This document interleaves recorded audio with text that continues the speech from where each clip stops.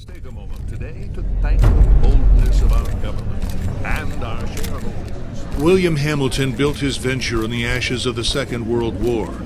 The copper mine he envisioned was ransacking the First Nations' ancestral territories, drawing the wrath of the local people. It definitely took nerves of steel to stay the course despite all this hostility. Before long, in the face of William Hamilton's cold and uncompromising stance, the petitions and peaceful protests turned into sabotage, vandalism, and other criminal acts. The industrialists' private properties also encountered the wrath of the demonstrations. Carl Faubert, a veteran of the Korean War, was hired from Montreal as a private detective to shed some light on this whole thing. But at the end of his journey to northern Quebec, the detective did not only encounter property damage, he also came face to face with the corpse of William Hamilton. The strangeness only kept building throughout the investigation. A powerful, unseasonable blizzard hit the region. Bodies frozen in unbreakable ice appeared. The local fauna began to act strangely and aggressively. Carl Faubert began to doubt his own sanity. The detective felt the weight of a gaze as if he were at the mercy of a powerful, feral creature, waiting for the right moment to attack. Carl's fears were taking over, overpowering his reason. He was giving into delirium. It was becoming increasingly difficult to think. He thought the dark waters of the lake would shield him from the images he was being confronted with. From there, he had a renewed hope in civilization, or whatever was left of it.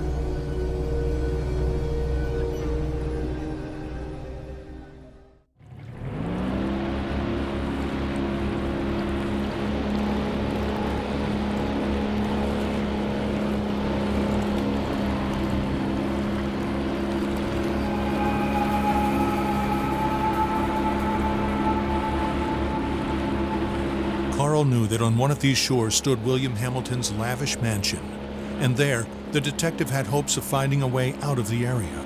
A phone, a truck, and who knows, under the luxurious paneling and damask carpets, he might be able to find answers to his questions.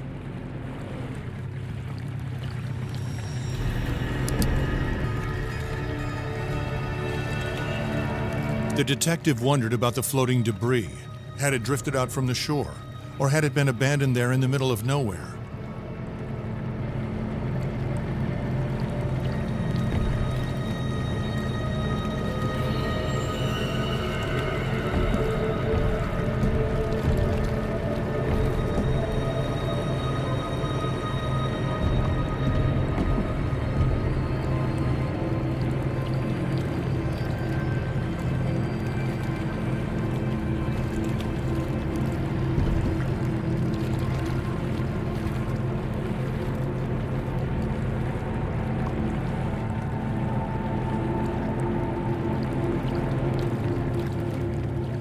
Carl saw a boat in the distance, clearly piloted by one of his own. Had he finally made it to civilization? His hopes were immediately drowned out by the sounds of gunshots. Time to flee again, and fast.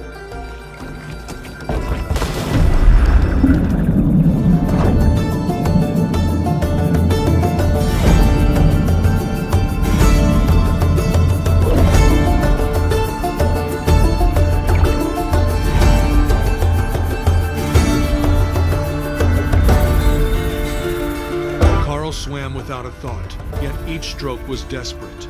The icy water and his wounds made him feel weaker and weaker. He had to get to shore.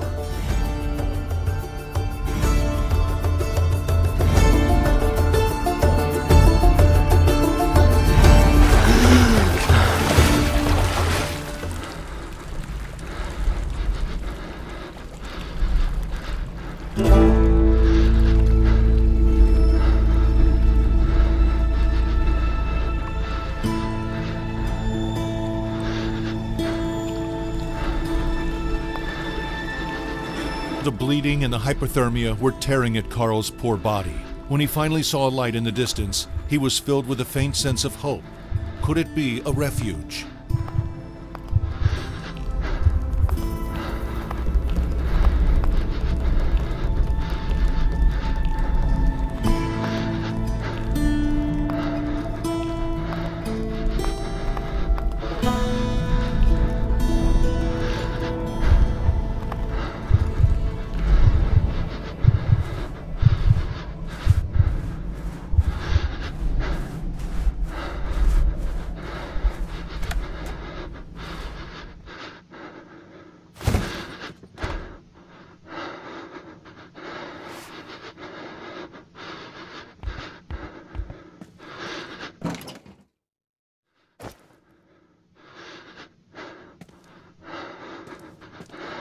Carl was convinced that he would not wake up if he went to sleep in this state.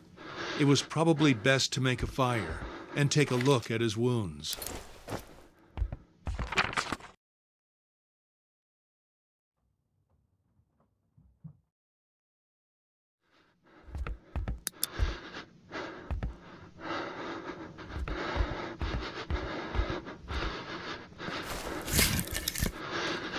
The red glow of the flames allowed Carl to see the full extent of his injuries.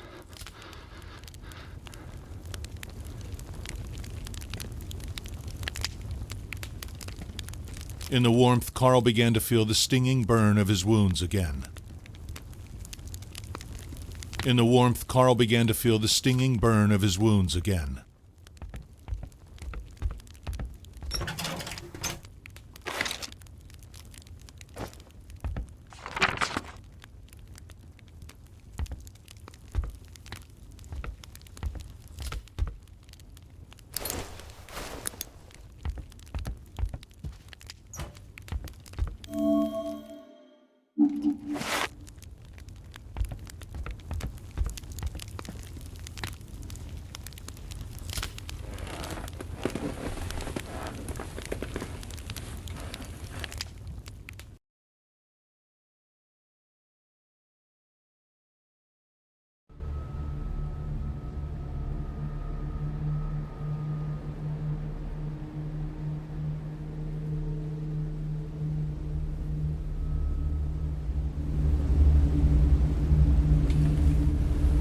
Carl struggled to wake up.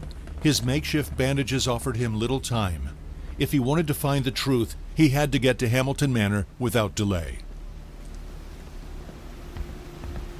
Just as he was about to venture outside, Carl suddenly felt vulnerable. He had not brought anything to protect himself.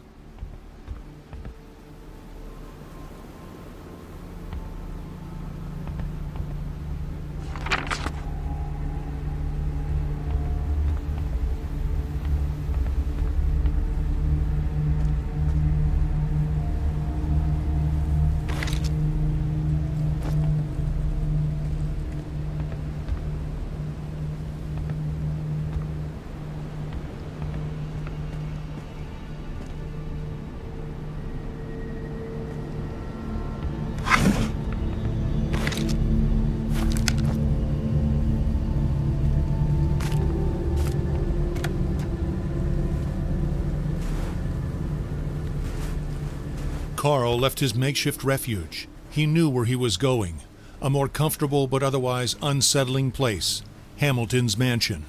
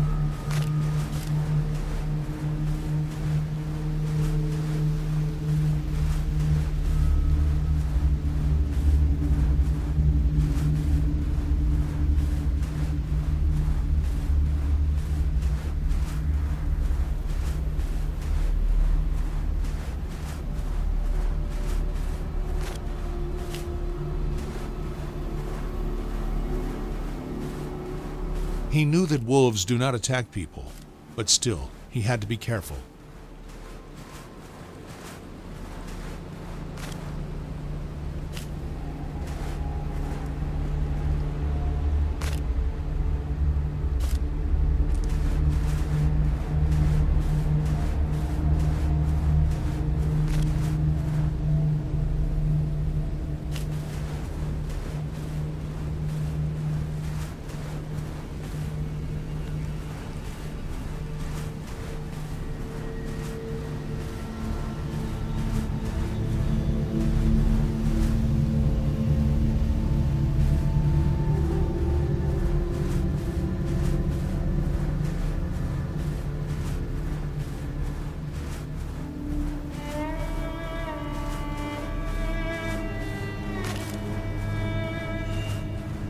These stones came from a time long past, from a local people who had an organic relationship with these lands.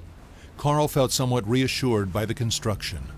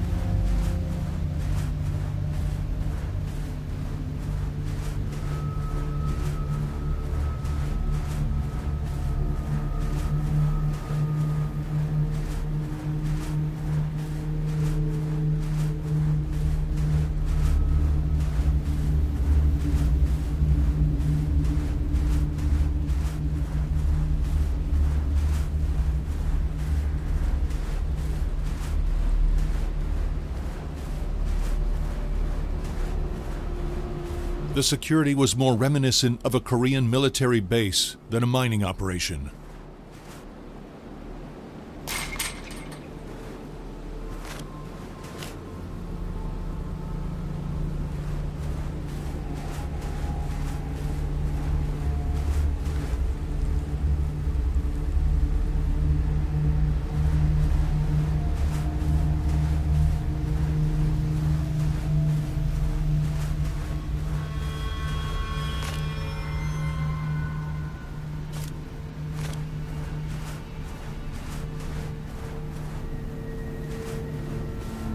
Carl tried to put the horror into perspective.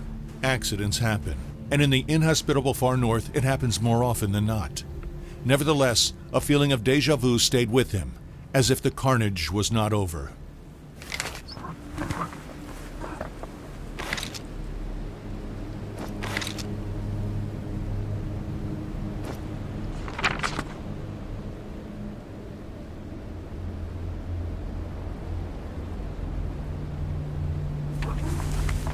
What were these mysterious fragments, and why was there a warning about the mist?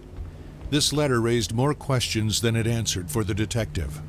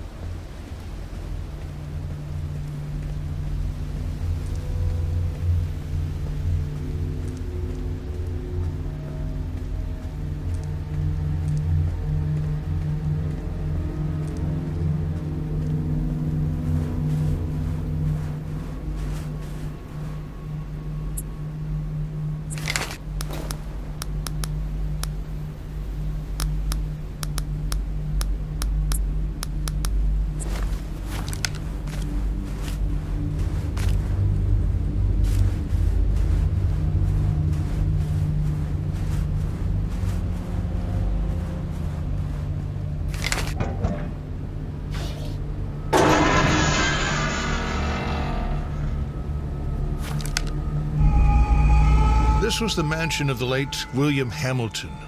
No doubt about it. There was no other rich industrialist in the area to have a sumptuous mansion built in the middle of nowhere.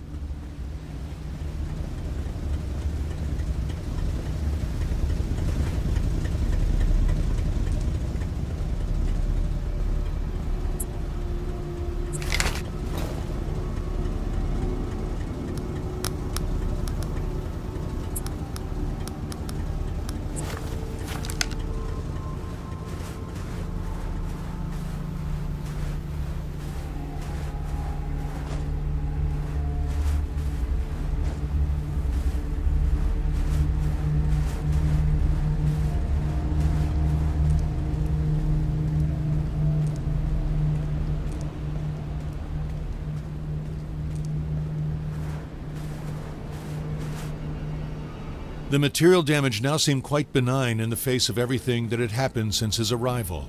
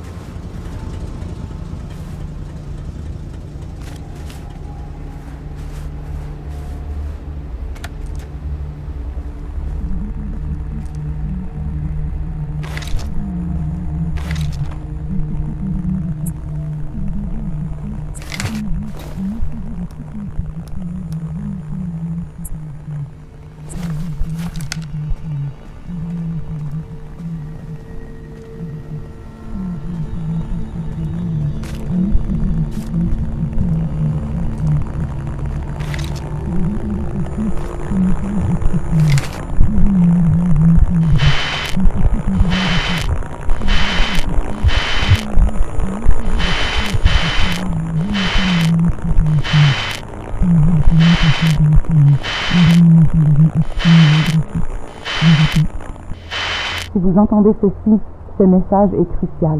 Trouvez un endroit où vous mettre à l'abri. Ne sortez qu'en dernier recours. Si vous avez à sortir, armez-vous et méfiez-vous de quiconque porte les couleurs de la Hamilton Mining Corporation. Tenez-vous le plus loin possible de la faune. Les animaux sont devenus extrêmement agressifs. Je répète, tenez-vous le plus loin possible des animaux et méfiez-vous de quiconque porte les couleurs de la HMC. Si vous entendez ceci, ce message est crucial. Trouvez un endroit où vous mettre à l'abri. Ne sortez qu'en dernier recours. Si vous avez à sortir, armez-vous et méfiez-vous de quiconque porte les couleurs de la Hamilton Mining Corporation. Tenez-vous le plus loin possible de la faune.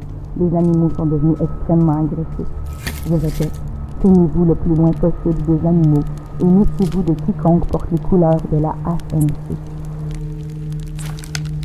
The detective could feel his blood rushing through his body and warming his limbs. With painful tingles, the tips of his fingers and toes were coming back to life. He welcomed this pain with utter bliss. Si vous entendez ceci, ce message est crucial. Trouvez un endroit où vous mettre à l'abri. Ne sortez qu'en dernier recours. Si vous avez à sortir, armez-vous et méfiez-vous de quiconque porte les couleurs de la Hamilton Mining Corporation. Tenez-vous le plus loin possible de la faune. Les animaux sont devenus extrêmement agressifs. Je répète, tenez-vous le plus loin possible des animaux et méfiez-vous de quiconque porte les couleurs de la HMC. Si vous entendez ceci, ce message est crucial. Trouvez un endroit où vous mettre à l'abri. Ne sortez qu'en dernier recours. Si vous avez à sortir, armez-vous et méfiez-vous de quiconque porte les couleurs de la Hamilton Mining Corporation. Tenez-vous le plus loin possible de la faune. Les animaux sont devenus extrêmement agressifs. Je répète, tenez-vous le plus loin possible des animaux et méfiez-vous de quiconque porte les couleurs.